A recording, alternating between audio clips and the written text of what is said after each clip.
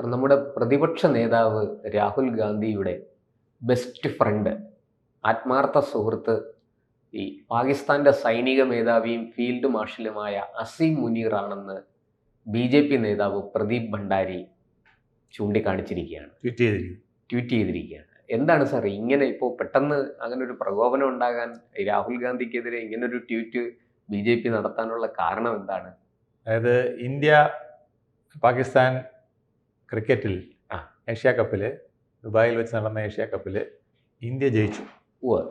അപ്പോൾ ഇതിനു മുമ്പേ അവിടെ വിവാദങ്ങളുണ്ട്. നമ്മൾ പാകിസ്ഥാൻ കളിക്കണം വേണ്ട അതുകൊണ്ട് അതിന് മുമ്പായിട്ട് ഷെയ്ക്ക് ഹാൻഡ് ചെയ്തില്ല എന്നുള്ളതാണ്. ടോസ് കഴിഞ്ഞാൽ ഒരു ഷെയ്ക്ക് ഹാൻഡ് പരിപാടി കൊടുക്കും, അത് വേണ്ടാന്ന് വെച്ചു. അപ്പോൾ അത് കഴിഞ്ഞ് ഇന്നലെ ട്രോഫി വാങ്ങേണ്ട ദിവസമാണ്. അപ്പോൾ ട്രോഫിയുടെ അപ്പോൾ ഇന്ത്യ ജയിച്ചു, ഇന്ത്യക്ക് ട്രോഫി കിട്ടേണ്ടതാണ്. ആ ട്രോഫി കിട്ടാൻ അർഹതപ്പെട്ടിരിക്കുന്ന സമയത്താണ് നമ്മുടെ ക്യാപ്റ്റൻ തിലക് വർമ്മ പറഞ്ഞത്, പാകിസ്ഥാൻ്റെ ആഭ്യന്തരമന്ത്രി മോഴ്സി നഖ്വി ആണ് ഇപ്പോൾ ഈ ക്രിക്കറ്റിൻ്റെ അവിടുത്തെ ഏഷ്യ കപ്പിൻ്റെ ചുമതലയുള്ളത്.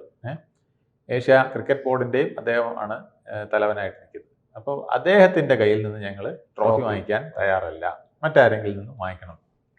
അപ്പോൾ അദ്ദേഹം എന്ത് ചെയ്തു, അങ്ങനെ ആണെങ്കിൽ നിങ്ങൾക്കൊന്നും ട്രോഫിയും വേണ്ടാന്ന് ഞാൻ ട്രോഫി എടുത്തുകൊണ്ട് അദ്ദേഹം സ്ഥലം വിട്ടു. ഇത് വലിയ പ്രശ്നമായപ്പോൾ നമ്മുടെ നരേന്ദ്രമോദിയുടെ ഒരു ട്വീറ്റ് ഉണ്ടായി. നമ്മുടെ ഓപ്പറേഷൻ സിന്ദൂർ അന്ന് നടന്നു, ഇപ്പോൾ ഓപ്പറേഷൻ തിലകാണ് ഇവിടെ നടത്തിയിരിക്കുന്നത് എന്നൊരു വാചകം വന്നു.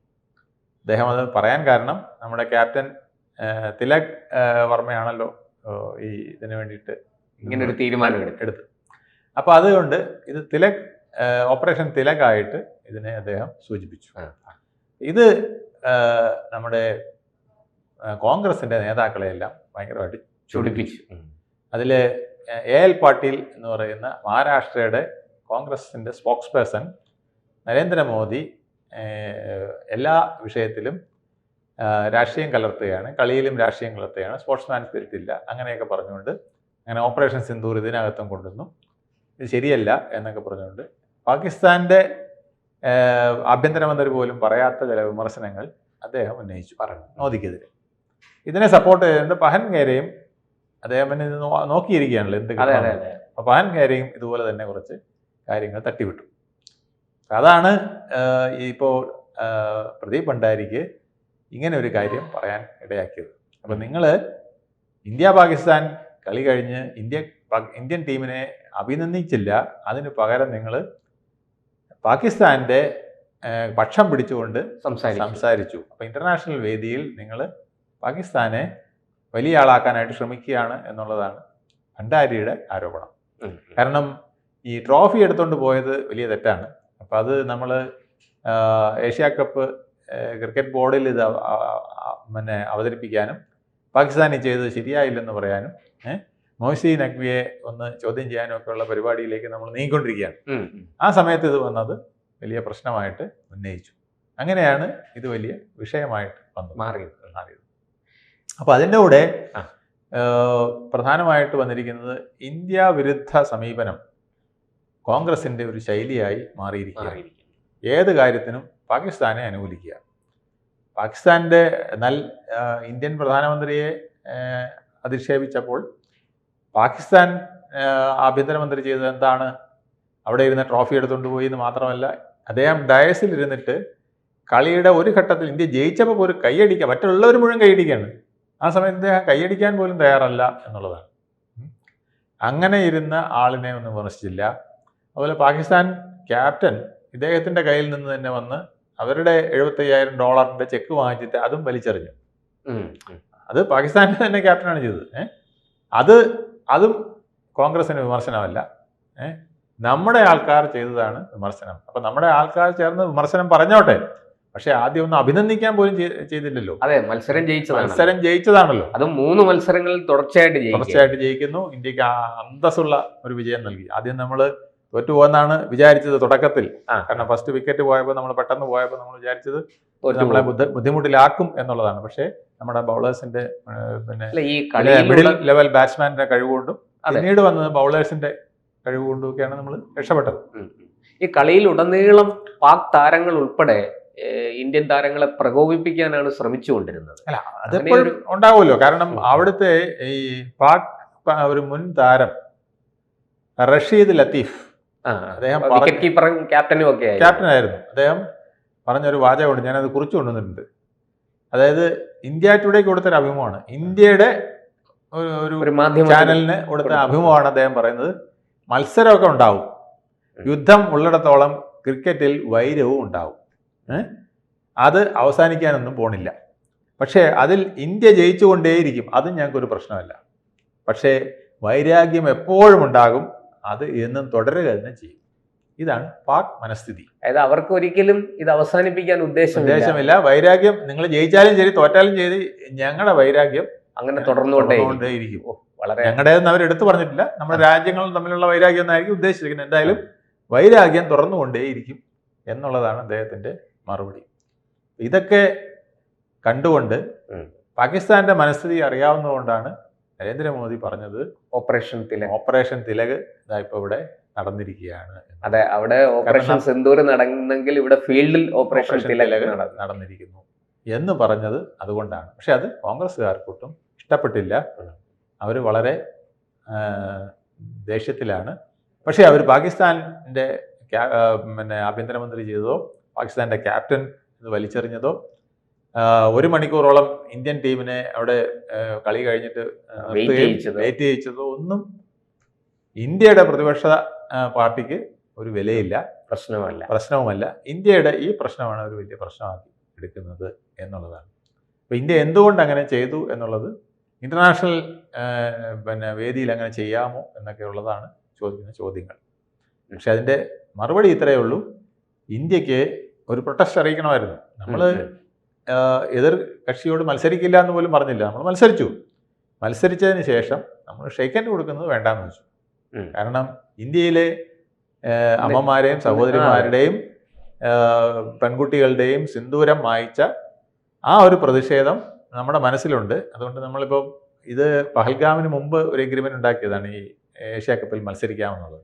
അതുകൊണ്ടാണ് നമ്മളിപ്പം ഇതിന് മത്സരത്തിന് പോയത്. അല്ലെങ്കിൽ ഇപ്പം മത്സരത്തിന് പോകത്തില്ലായിരുന്നു. കാരണം ഈ അൺഫ്രണ്ട്ലി ടേംസിൽ നിൽക്കുമ്പോൾ മത്സരം വേണ്ട എന്നൊരു അഭിപ്രായം ആദ്യം ഉണ്ടായിരുന്നതാണ്. പക്ഷെ അത് UAE ഒക്കെ നമ്മൾ മത്സരത്തിനെതിരെ തന്നെ സോഷ്യൽ മീഡിയയിൽ വലിയ ക്യാമ്പയിൻ ഒക്കെ ഉണ്ടായി. ഇന്ത്യ ഒരിക്കലും ഇതിന് തയ്യാറാകരുത്, പോകരുത് എന്നൊക്കെ പറഞ്ഞ് ക്യാമ്പയിൻ ഉണ്ടായിരുന്നു. അപ്പൊ അന്ന് രണ്ടു വശവും BCCI അനലൈസ് ചെയ്തു. പറഞ്ഞു നമ്മളിങ്ങനെ ഒരു കരാറിൽ നമ്മളിങ്ങനെ UAE-യിലാണ് ദുബായിലാണ് നടക്കുന്നത്. അപ്പൊ അവർക്ക് വലിയ സാമ്പത്തിക നഷ്ടവും മറ്റു കാര്യങ്ങളൊക്കെ വരും. അതുകൊണ്ടാണ് ഇത് നമ്മൾ പങ്കെടുക്കാമെന്ന് തീരുമാനിച്ചത്. പങ്കെടുത്തപ്പോൾ നമ്മൾ പാകിസ്ഥാൻ ഇന്ത്യയുടെ ഒരു പ്രധാനപ്പെട്ട കണ്ടീഷൻ തന്നെയായിരുന്നു മത്സരങ്ങളൊന്നും പാകിസ്ഥാനിൽ വെച്ച് നടത്തരുത്. അത് സമ്മതിച്ചു, അത് പൂർണ്ണമായും സമ്മതിച്ചു. പിന്നെ ഇന്നലെ കപിൽ ദേവ് പറയുന്നത് കേട്ടു, ഈ ടോസ് കഴിഞ്ഞിട്ട് ഷെയ്ക്ക് ഹാൻഡ് എന്നൊക്കെ പറഞ്ഞ് ഇന്നലെ വന്ന കാര്യങ്ങളാണ്. പണ്ട് ഞങ്ങളൊന്നും കളിക്കുമ്പോൾ ഇതൊന്നുമില്ല, ടോസ് നേടും, ടോസ് കിട്ടുന്ന ആൾ അപ്പുറത്തോട്ടും ഇപ്പുറത്തോട്ടും പോകുന്നല്ലാതെ അവിടെ ഷെയ്ക്ക് ഹാൻഡും പരിപാടിയൊന്നും ഇല്ലായിരുന്നു. ഇത് പിന്നീടൊക്കെ വന്ന ഫോർമാലിറ്റികളാണ്, ഇതിലൊന്നും വലിയ കഥയില്ല എന്ന് കപിൽ ദേവ് പറയുണ്ടായി. പക്ഷെ അദ്ദേഹം ഒരു കാര്യം പറഞ്ഞു, ഈ സ്പോർട്സിൽ നമ്മൾ സ്പോർട്സ്മാൻ സ്പിരിറ്റോട് കൂടി പോകാനായിട്ട് കളിക്കാർ രാഷ്ട്രീയം ചെയ്യട്ടെ എന്ന് അദ്ദേഹം പറഞ്ഞു. അല്ല, ആ സ്പോർട്സ്മാൻ സ്പിരിറ്റ് അവിടെ നിൽക്കുമ്പോഴും അങ്ങിപ്പോ പറഞ്ഞതുപോലെ പൊളിറ്റിക്സിൽ ഒരു പൊളിറ്റിക്കൽ സ്പിരിറ്റ് വേണം. പക്ഷെ അത് നമ്മുടെ പ്രതിപക്ഷ നേതാവിന് ഇല്ല എന്ന് ഏതാണ്ട് പൊളിറ്റിക്കൽ സ്പിരിറ്റ് മാത്രമല്ല, നമുക്കൊരു ദേശീയത. ഇപ്പൊ ഇവര് പറയുന്ന തീവ്ര ദേശീയതയിലാണ് നരേന്ദ്രമോദി നിൽക്കുന്നത്. തീവ്ര ദേശീയതയിലല്ല, ശരിക്കും പറഞ്ഞാൽ തീവ്ര ദേശീയതയല്ല, ഭ്രാന്തൻ ദേശീയതയാണ് പല രാഷ്ട്രങ്ങളും കാണിക്കുന്നത്. ഇപ്പൊ ട്രംപ് കാണിക്കുന്നത് എന്താണ്? ഭ്രാന്തൻ ദേശീയതയാണ് അല്ലേ? അതെ, ഞങ്ങൾ മാത്രം നിന്നാ മതി, ബാക്കിയുള്ളവരെല്ലാം അതുപോലെ തന്നെ. ചൈന അതുപോലെയാണ്, മറ്റ് UK അങ്ങനെയാണ്. UK പറഞ്ഞിരിക്കില്ലേ 50 വർഷം മുമ്പ് ഞങ്ങളാണ് ലോകം മുഴുവനും ഭരിച്ചിരുന്നത് എന്ന് പറഞ്ഞു. ഇപ്പൊ അല്ല, വേറൊരു കാര്യം പറയുന്നുണ്ട്, മുൻകൂട്ടി വിസ കൊടുത്തിരുന്നവനെ പോലും ഞങ്ങൾ ചിലപ്പം തട്ടിക്കളയുന്നതാണ്, അവിടുന്ന് പുറത്താക്കും. അവിടുത്തെ തീവ്രവാദി ഗ്രൂപ്പുകൾ പോലെയുള്ള രാഷ്ട്രീയ പാർട്ടികളെല്ലാം അതിനെ അനുയോജിക്കുകയാണ്. അപ്പം ഇതും ഭാവിയിൽ ഉണ്ടായേക്കാം. അവിടെ പാസ്പോർട്ട് UK പാസ്പോർട്ട് കിട്ടിയവർക്ക് പോലും അവിടെ നിൽക്കാൻ പറ്റാത്ത സാഹചര്യം അവിടെ ഉണ്ടായേക്കാം. യൂറോപ്യൻ രാഷ്ട്രങ്ങൾ ഓരോന്നും അവരുടെ നിലനിൽപ്പിനായിട്ട് ശ്രമിക്കുകയാണ്. പാകിസ്ഥാൻ അവരുടെ നിലനിൽപ്പിനാണ് പ്രാധാന്യം കൊടുക്കുന്നത്. അറബ് രാഷ്ട്രങ്ങൾ അവരുടെ നിലനിൽപ്പിനാണ് എന്തുകൊണ്ട് നമുക്ക് നമ്മുടെ ദേശീയതയിൽ നമ്മുടെ അഭിനയിച്ചു ദേശീയതയിൽ എന്തുകൊണ്ട് നിന്നുകൂടെന്ന് മാത്രമല്ല, നമ്മൾ നിന്നില്ലെങ്കിൽ നമ്മൾ നാളെ എങ്ങുമല്ലാതായി പോകും. അതാണ് പ്രധാനപ്പെട്ട കാര്യം. ആ സത്യം മനസ്സിലാക്കാതെ നമ്മുടെ കോൺഗ്രസ് ഉൾപ്പെടെയുള്ളവർ, രാഷ്ട്രത്തിന്റെ പ്രതിപക്ഷം ഇങ്ങനെ പറയുന്നത് കഷ്ടമാണെന്നുള്ളതാണ് സത്യം. അല്ല, അവിടെ എനിക്ക് മനസ്സിലാകാത്തത് രാഹുൽ ഗാന്ധി ഈ എന്തുകൊണ്ട് ഇന്ത്യൻ താരങ്ങളെ ഒന്ന് അഭിനന്ദിക്കാം. അദ്ദേഹത്തിന് അദ്ദേഹം ഒരു ഉത്തരവാദപ്പെട്ട രാഷ്ട്രീയ പാർട്ടിയുടെ മുമ്പൊക്കെ അത് അങ്ങനെ ചെയ്തിരുന്നു. പക്ഷെ ഇത് ട്വീറ്റ് ചെയ്യുകയോ ചെയ്യാറുണ്ട്, എന്തെങ്കിലും ഒരു മെസ്സേജ് കൊടുക്കുകയോ ഒക്കെ ചെയ്യുമായിരുന്നു. പക്ഷെ അതൊന്നും കണ്ടില്ല. അതൊന്നും ഇത്രയും ക്രൂഷ്യലായ ഒരു ഇത് നടക്കുമ്പോ ഏഷ്യ കപ്പ് നടക്കുമോ ഇല്ലയോ എന്നൊക്കെ വലിയ ആശങ്കയുണ്ടായിരുന്നു. അതിനിടയിലാണ് ഇങ്ങനെ സംഭവിച്ചത്. എന്നിട്ട് അവിടെ നമ്മൾ മിന്നുന്ന വിജയം ഇന്ത്യ നേടുകയും ചെയ്തു. അപ്പോൾ സത്യത്തിൽ ഇന്ത്യൻ ടീമിനെ ഒന്ന് അഭിനന്ദിക്കാം. അത് പാകിസ്ഥാൻ ടീമിനെ മോശക്കാരാക്കണ്ട, പക്ഷെ ഇന്ത്യൻ ടീമിനെ അഭിനന്ദിക്കേണ്ടത് ഒരു പ്രതിപക്ഷ നേതാവിന്റെ കടമയും കൂടാണ്. കാരണം നമ്മളൊരു മോശമായ ഒരു അന്തരീക്ഷത്തിൽ നിന്നിട്ട് അവരുമായി മത്സരിച്ച് അതിവാശിയോടെയാണ് അവർ വന്നതും. ഈ മോശി നഖ്വി തന്നെ പറഞ്ഞു, ഞങ്ങൾ അടിച്ച് തകർത്തുകളി നിങ്ങളെയൊക്കെ എന്ന് പറഞ്ഞാണ് വന്നത്. ഇപ്പൊ തോറ്റപ്പം അയാൾ ചമ്മിയിട്ട് പറയാം. അവിടെ ഈ ഫീൽഡിൽ മുഴുവനും, മൈതാനത്ത് മുഴുവനും അവർ വളരെ മോശപ്പെട്ട ആംഗ്യങ്ങളൊക്കെ കാണിക്കുക. അതായത് വിമാനം പൊങ്ങുന്നു, ഇവിടുന്ന് അടിക്കുന്നു, തകരുന്നു എന്നൊക്കെയുള്ള ഇങ്ങനത്തെ ആംഗ്യങ്ങളൊക്കെ. ഇതൊക്കെ എന്തിനാണ് അവിടെ ഒരു കളിക്കളത്തിൽ കാണിക്കുന്നതെന്ന് നമുക്ക് മനസ്സിലായില്ല. പക്ഷെ അപ്പോഴൊക്കെ ഇന്ത്യൻ ടീം വളരെ സംയമനത്തോടു കൂടി അവര് മറുപടി കൊടുത്തത് ബാറ്റ് കൊണ്ടാണ്. അല്ല, പിന്നീട് ഇടയ്ക്ക് അവരും തിരിച്ച് ഏതാണ്ടോ ചെയ്തെന്ന് തോന്നുന്നു. അത് ശരി. അങ്ങനെ ഇതെല്ലാം സത്യത്തിൽ ഒരു സ്പോർട്സിന് ചേർന്നതല്ല. അതെ. അപ്പൊ സ്പോർട്സിന് ചേരാത്തത് അവര് കാണിച്ചു. അപ്പൊ നമ്മൾ ചെറിയ കാര്യങ്ങൾ നമ്മളും തിരിച്ചടിച്ചു. അപ്പൊ അത് ഇന്റർനാഷണൽ ലെവലിൽ ഒരു ഡിസ്കഷൻ ആവട്ടെ എന്ന് വിചാരിച്ച് ചെയ്തതെന്നാണ് ഞാൻ വിശ്വസിക്കുന്നത്. കാരണം പ്രധാനമന്ത്രിയുടെ ആ വാക്ക് വളരെ കൃത്യമാണ്. അതൊരു വലിയ ചർച്ചയാകണമെന്ന് ഉദ്ദേശിച്ച് തന്നെ അദ്ദേഹം ചെയ്ത ഓപ്പറേഷൻ തിലകത്തിനും സിന്ദൂരത്തിനും ചില സാമ്യതകളൊക്കെ ഉണ്ട്. അപ്പം അത് കളി മാത്രമേ പാടുള്ളൂ, അതിൽ മറ്റൊന്നും പാടില്ല. നയതന്ത്രം മാത്രമല്ല, വിരോധം. ഇപ്പോ മോശി നഖ്വി എന്ന് പറയുന്നത് നമ്മുടെ ഇവിടുത്തെ അമിത്ഷായാണ്. അവരുടെ മനസ്സിലായി, അവരുടെ ആഭ്യന്തര മന്ത്രിയാണ്. അദ്ദേഹം ഇതിന്റെ ബോർഡിന്റെ ഹെഡായിട്ട് വരികയും അദ്ദേഹം പാകിസ്ഥാൻകാർക്ക് അനുകൂലമായിട്ട് നിൽക്കുകയും ചെയ്യുന്ന സാഹചര്യത്തെ ഇന്ത്യക്ക് വലിയ വിമർശനം ഉണ്ടാക്കിയിട്ടുണ്ട്. അപ്പൊ ഈ ഇന്റർനാഷണൽ ഒരു നോംസ് തന്നെ വേണം എന്നുള്ളതാണ് നരേന്ദ്രമോദി ഇൻഡയറക്റ്റായിട്ട് ഉദ്ദേശിക്കുന്നതെന്നാണ് ഇതിന് മനസ്സിലാക്കേണ്ടത്. കാരണം പാകിസ്ഥാൻ എവിടെയൊക്കെ UN-ലായാലും അല്ലെങ്കിൽ ക്രിക്കറ്റിലായാലും എവിടെയാണോ അവർ ടോപ്പിൽ വരുന്നത്, അവർ ഇന്ത്യയെ കൊച്ചാക്കുന്നതിന് വേണ്ടിയിട്ട് എന്തെങ്കിലുമൊക്കെ താൽക്കാലികമായ തന്ത്രങ്ങൾ ചെയ്തുകൊണ്ടിരിക്കും. അതിൻ്റെ ഒരു എക്സ്പേർട്ടാണ് ഈ മോശി നഖ്വി. അദ്ദേഹം അവസാനമായിട്ട് കപ്പെടുത്തുകൊണ്ട് ഓടിയത് വരെ ഉള്ള കാര്യങ്ങൾ വളരെ മോശമായ കാര്യങ്ങളാണ്. ഒരിക്കലും നമ്മുടെ ഈ ക്രിക്കറ്റിന്റെ ചരിത്രത്തിൽ അല്ല, ഞാൻ ചോദിക്കായിരുന്നു, പിന്നെ കോൺഗ്രസ്സിലെ ചിലർ ഇതിനെ ന്യായീകരിച്ചപ്പോൾ ഞാൻ ചോദിച്ചു, ഇത് നമ്മുടെ ആഭ്യന്തരമന്ത്രി അമിത്ഷായാണ് ഇങ്ങനെ ചെയ്തതെങ്കിൽ നിങ്ങൾ എന്ത് പറയുമായിരുന്നു? പക്ഷെ അത് മോശമായിപ്പോയി, അത് ഇന്റർനാഷണലി നമ്മുടെ പേര് കെടുത്തുന്നതായിപ്പോയി. പാകിസ്ഥാൻ ജയിച്ചിരിക്കുമ്പോൾ അവർക്ക് ട്രോഫി കൊടുത്തിട്ട് വരേണ്ടതല്ലേ, ഇദ്ദേഹം എന്താ ചെയ്തത്, അത് മോശമായിപ്പോയി എന്ന് പറയില്ലായിരുന്നെന്ന് ഞാൻ ചോദിച്ചപ്പോൾ അവർക്ക് മറുപടിയില്ല. അപ്പോൾ ഇത് കാണിക്കുന്നത് നമ്മുടെ രാഷ്ട്രത്തിൻ്റെ വിജയത്തിനെ ഒക്കെ അംഗീകരിക്കാൻ ചിലർക്ക് മടിയുണ്ട് എന്നുള്ളതാണ്. ആ മടി നല്ലതല്ല. അത് നമുക്ക് പ്രത്യേകിച്ചും പ്രതിപക്ഷ നേതാവായിരിക്കുമ്പോൾ അദ്ദേഹത്തിന്റെ പാർട്ടി അങ്ങനെ ചെയ്തു. അദ്ദേഹം അതിനകത്ത് അഭിപ്രായമൊന്നും പറഞ്ഞിട്ടില്ലെങ്കിൽ പോലും അദ്ദേഹത്തിന്റെ പാർട്ടി പറഞ്ഞ അഭിപ്രായം അദ്ദേഹം ശരിയല്ല എന്ന് പറയേണ്ടതാണ്. അല്ലെങ്കിൽ അതിന് പകരം ഒരു ട്വീറ്റ് അദ്ദേഹം ഇടേണ്ടതാണ്. ഇതാണ് ഇന്ത്യയെ ഞങ്ങൾ അഭിനന്ദിക്കുന്നു എന്ന് പറഞ്ഞൊരു ട്വീറ്റെങ്കിലും അദ്ദേഹം ഇടേണ്ടതായിരുന്നു. അതുണ്ടായില്ല. ഖേദകരമാണ്.